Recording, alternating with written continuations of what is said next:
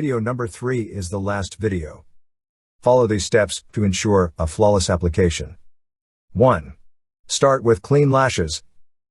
Remove any excess oils or residue from your lashes by gently cleansing them with a makeup remover or micellar water. 2. Curl your lashes. If you desire a more dramatic look, gently use an eyelash curler to curl your lashes. Remember to be careful and avoid tugging or pulling. 3.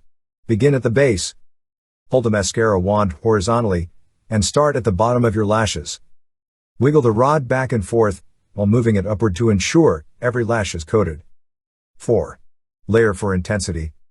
Allow the first coat to dry for a few seconds, then apply additional coats for added volume and length. Be careful not to overdo it, as clumping can occur. 5. Separate clumps. Use a lash comb or a clean mascara wand to comb through your lashes gently to eliminate lumps. 6. Lower lash application. For a more polished look, lightly coat your lower lashes with mascara, using a lighter touch to prevent smudging. 7. Fix any smudges.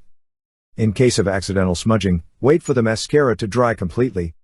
Then use a cotton swab dipped in makeup remover to clean up the area.